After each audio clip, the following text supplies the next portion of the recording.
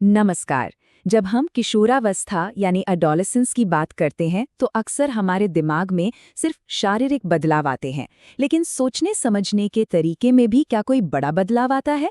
बिल्कुल। आज हम जीन पियाजे की थ्योरी के जरिए इसी कमाल के बदलाव को समझने की कोशिश करेंगे, खास तौर पर उनके फॉर्मल ऑपरेशनल स्टेज को।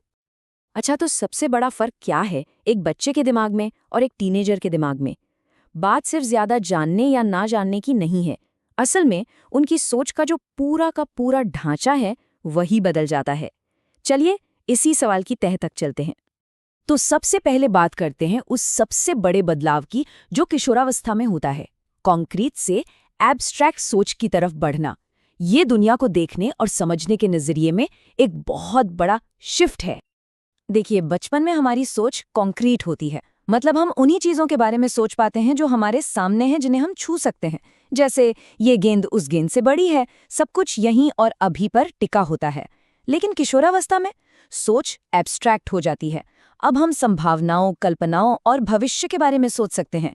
अब सवाल ये नहीं होता कि कौन सी गेंद बड़ी है, अब सवाल ये हो सकता है कि न्याय का मतलब क्या होता है। अब इस बदलाव को समझने के लिए सबसे जबरदस्त फ्रेमवर्क दिया है मशहूर साइकोलॉजिस्ट जीन पियाजे ने। तो चलिए उनके कॉग्निटिव डेवलपमेंट थ्योरी के आखिरी स्टेज, जिसे फॉर्मल ऑपरेशनल स्टेज कहते हैं, उसे जरा गहराई से देखते हैं। तो ये फॉर्मल ऑपरेशनल स्टेज है क्या? आसान भाषा में ये पियाजे की थियरी का चौथा और आखिरी स्टेज है।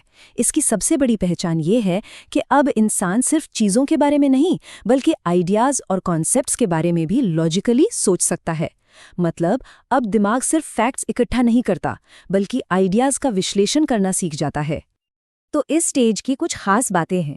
ये आमतौर पर 11 से 12 साल की उम्र के आसपास शुरू होता है। और जैसा हमने कहा, इसकी सबसे बड़ी निशानी है एब्स्ट्रैक्ट तरीके से सोचने की काबिलियत। इसी वजह से अब फिलॉसफी और हायर मैथ्स जैसे मुश्किल सब्जेक्ट्स समझ आने लगते हैं। टीनेजर्स अब प्रॉब्लम सॉल्व करने में ज़्यादा इंडिपेंडेंट हो जाते हैं, और वो हाइपोथेटिकल सिचुएशंस, मतलब अगर ऐसा होता तो क्या होता, इस तरह से सोचना शुरू कर देते हैं। तो चलिए अब उन नई दिमागी ताकतों के बारे में बात करते हैं जो इस स्टेज में अनलॉक होती हैं। ये वो काबिलियतें हैं जो टीनेजर्स को दुनिया को एक बिल्कुल नए नजरिए से देखने में मदद करती हैं।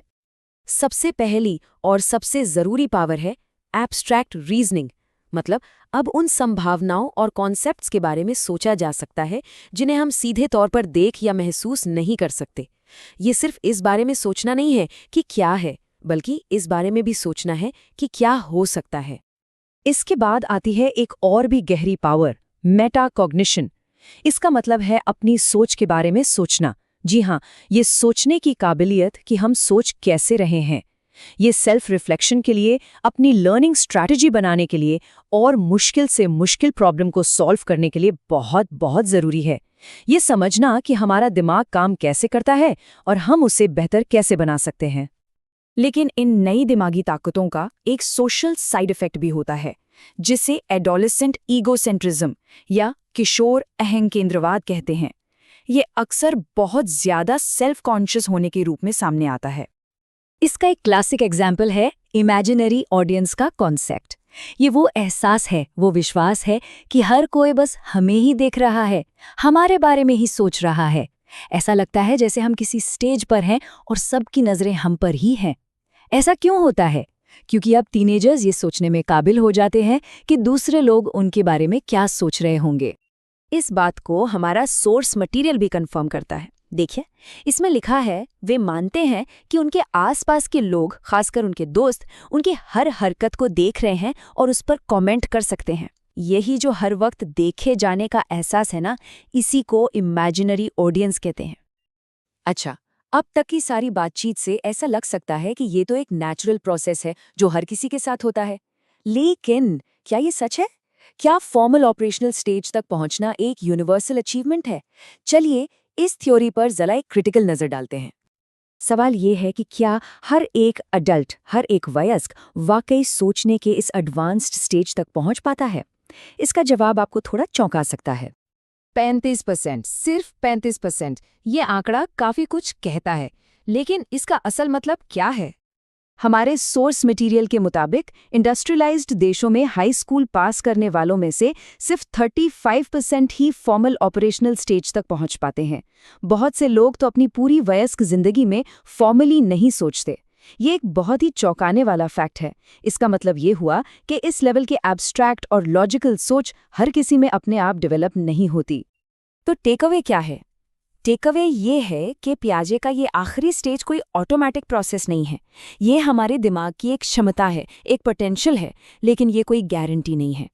इस स्टेज तक पहुंचने में हमारी पढ़ाई लिखाई और हमारा माहौल एक बहुत बड़ा रोल प्ले करता है।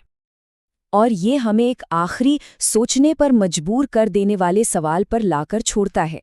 अगर एब्स्ट्रैक्ट सोच की गारंटी नहीं है, अगर हर कोई इस तरह नहीं सोचता, तो ये बात उस दुनिया को कैसे शक्ल देती है जिसमें हम रहते हैं? हमारे समाज, हमारी राजनीति और हमारे फैसले लेने के तरीकों पर इसका क्या असर पड़ता होगा? इस पर जरूर सोचिएगा।